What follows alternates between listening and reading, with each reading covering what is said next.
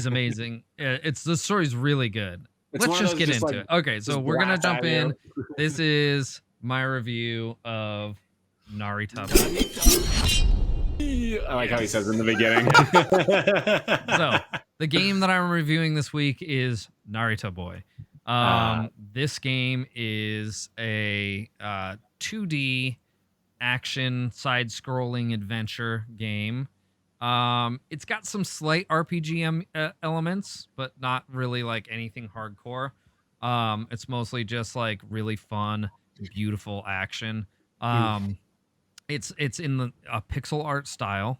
I have to say it's probably the most beautiful pixel art I've ever seen as far as like scenery is concerned. Zach disagrees, but no, he qualified it with the scenery thing. I totally agree with yeah, that. I mean, look at we got the main character on screen right now. The main character look at this shit. Doesn't look great, but the rest of this looks fucking incredible. The scenery, look at this, it's insane, dude. So cool. yeah, so like I think they could have made a more interesting looking character, but I also still respect the design choice here. I think it's supposed to be like not like you see.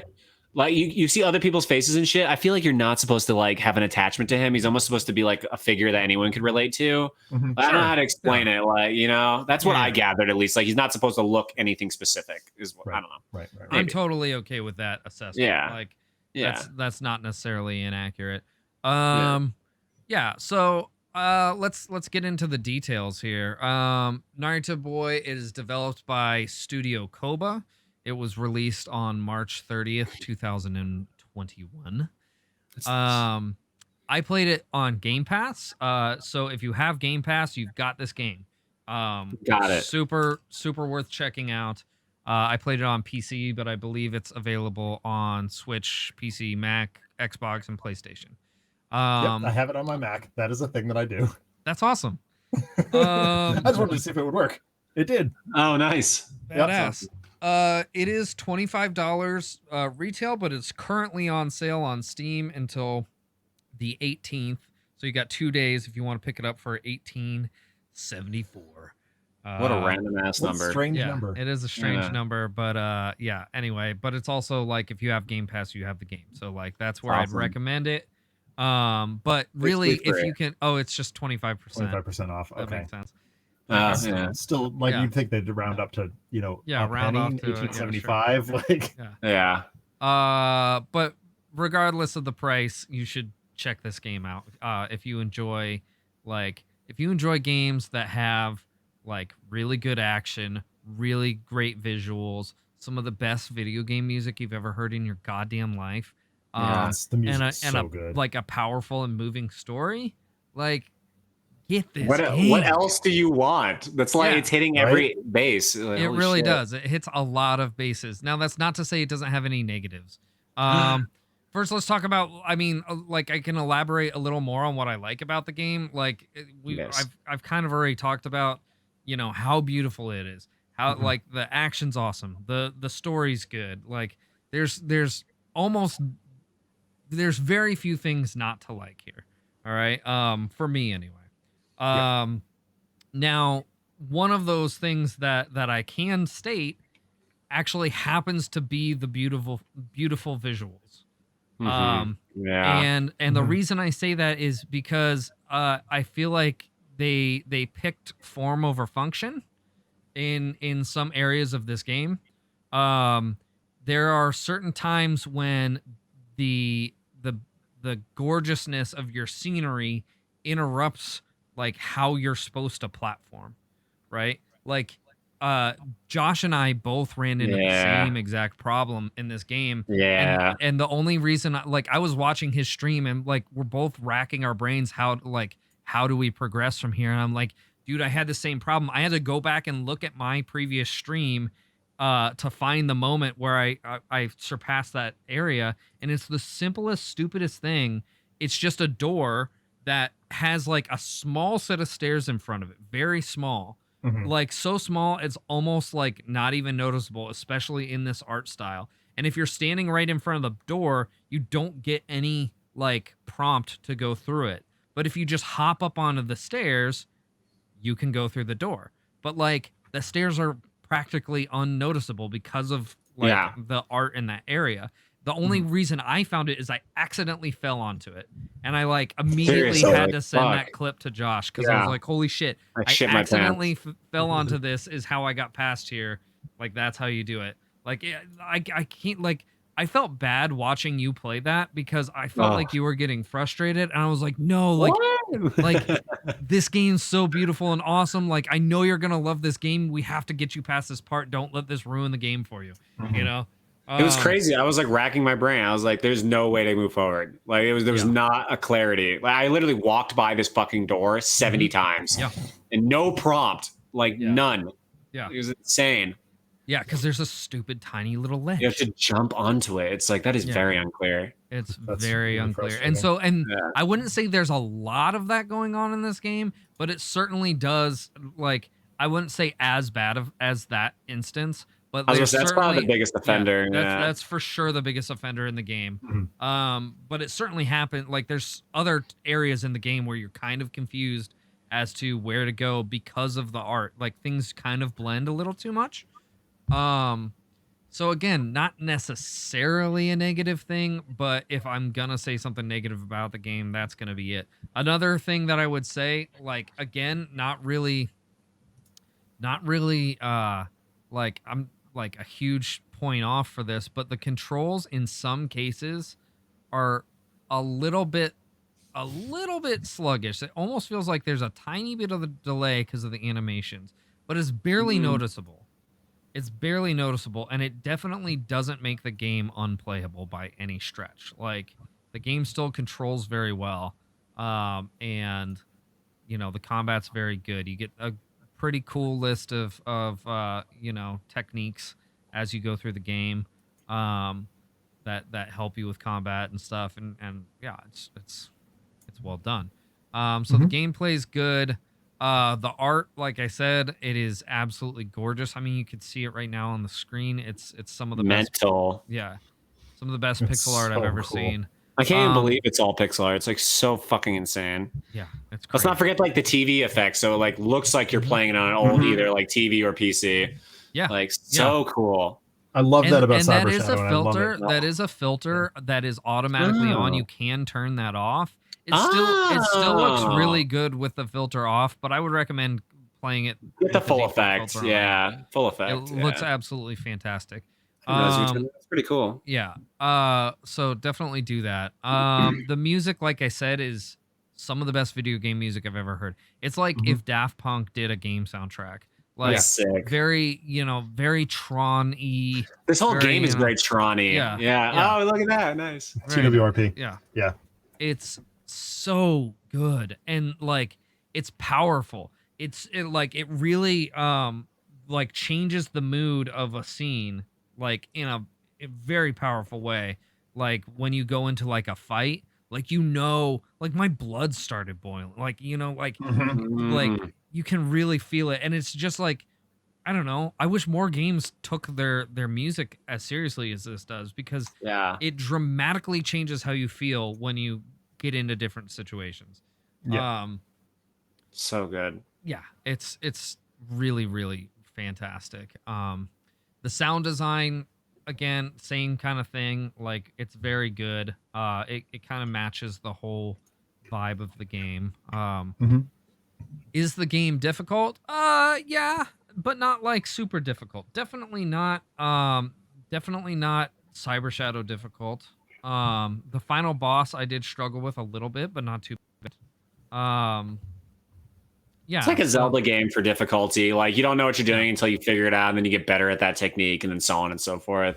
Yeah, it's not like egregious at all. Yeah, by no means, but it's the right amount. Like, it's not too easy at any moment. There was never a moment where I'm like, well, that shit was too easy. Like, nowhere even close. So it, like, everything kind of is really well balanced, I think. Overall rating and impression. Oh yeah, excited. Here we go. Okay, now I'm going to qualify this because we've talked about recently how I think we give too high of scores on video games. No. And if any game deserves an insanely high score, it's this game. That's what I'm thinking. And I just think we should like take more things into account, like have a more consistent rating scale, right? Again, kind of like I said, I was a gymnast growing up, so like your standard gymnastics scoring would be like a 1 through 10 point system, and like let's say you have full value in your routine, that routine starts at a 10. Your deductions come from you know do you take extra steps, do you did you fall, did you have like bent knees, or your toes weren't pointed, kind of thing. And there's small like deductions ranging from 1/10 to 1 point, right? So I would say in this case, for the deductions that I would take, these are very small deductions. This is like, like my toe was not pointed all the way, right? Yeah. I'm gonna say 2/10 of a deduction for the visuals, just because of, like we said before, like they as beautiful as they are, it kind of gets in the way of itself, right? So we got 2/10 of a deduction there. And then I'm gonna say 1/10 for the controls, because they do, like, if you're really paying attention, you do feel like a little bit of input lag, and that's not bad, right? So that puts us at a 9.7. What? I thought you said tenths. Tenths of a point. Yeah, so 9.97. Yeah. Wait, 9. That's hundredths, Josh. Oh, that's hundredths. Never mind. That's hundredths. 9.7. Nice. 9.7. Still a really good score. Okay, yeah, that's how Still math a really works. very good score. Now, if that's incredible, yeah. If there was something like, slightly worse than Pokemon Snap. Slightly worse than Pokemon. I'd say that's still a really high score. No, that's killing. That's a very high there score. are all games and then there's Nintendo games. Let's just be real. But yeah, anyway. Sure. I mean, if this had something like, let's say that the graphics made it unplayable, or like virtually, not virtually unplayable, but like they were way worse than what they are as far as like being able to find where you're going, I would say that could go up to like a 5/10 deduction, or maybe even a full point, bringing us down to like somewhere in the 8s. Still a great game. But we're gonna stick with that original score. It's a 9.7. That's the strongest score you've like ever given a game, I think. No. You gave Ghost a 10. I think you gave Ghost like a 9.8 actually. Yeah, which I'm not gonna give out any 10s anymore either. No. I think you said Ghost was a 10 after the DLC actually. Yeah, the 10, the DLC brought it up to a 10. That's so. I'm gonna throw this out there. I tell my students that nobody in my class will ever get 100, because that means you're perfect. And being humans, we can't be perfect by definition. And any game that's created by a human is therefore, by extension, cannot be perfect. Yeah. So I'm with you, Paul. I'm not going to give out any 10s. Darn near. Even near a multiple choice test.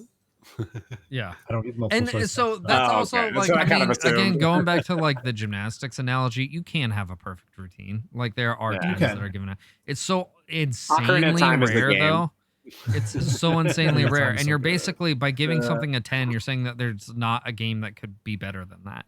But it's like saying in its own right. Like, for example, you have like the gymnasts who are Olympic status, and then the gymnasts who are like kids, and it's not as expected of them to be flawless. So like maybe it's slightly different. But then that's also saying comparing indie to total.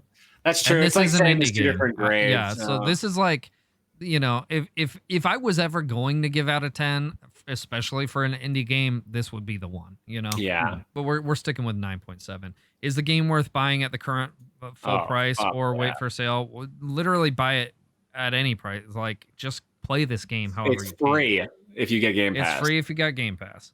Yeah. So like, do that, or it's currently $18, almost $19, not too bad. I think it's worth the full price at $25. It's a fantastic fucking game. How long? If let's say full beat to 100%. Like how long regular and how long 100%? Well, so I don't know it's that not even there's like 100%. necessarily. Yeah. I think you kind of have to 100% this game. Okay. I could be wrong about that. There might be secrets that I don't know about in this game, but like this this game doesn't really feel like the type of game that like forces you to like 100% stuff. That's good. Like I think it's really more about kind of telling its own story than like hiding stuff. But how long did this take for me to beat? I want to say maybe, shoot, I would have to look. Like 10 hours. How long was this stream? That was a 2-hour stream. This was part 3. So if, yeah, maybe right around 10 hours. Okay, that's pretty solid. Something like that. So yeah, pretty sounds like the decent right size. for, yeah. And at the end, again, I'm not going to give any spoilers, but at the end, it definitely leaves you wanting more and definitely promises more. So, Narita man. Narita man. That would be amazing. Oh, that's hilarious. Merman. Man. Essence of wetness. Yes.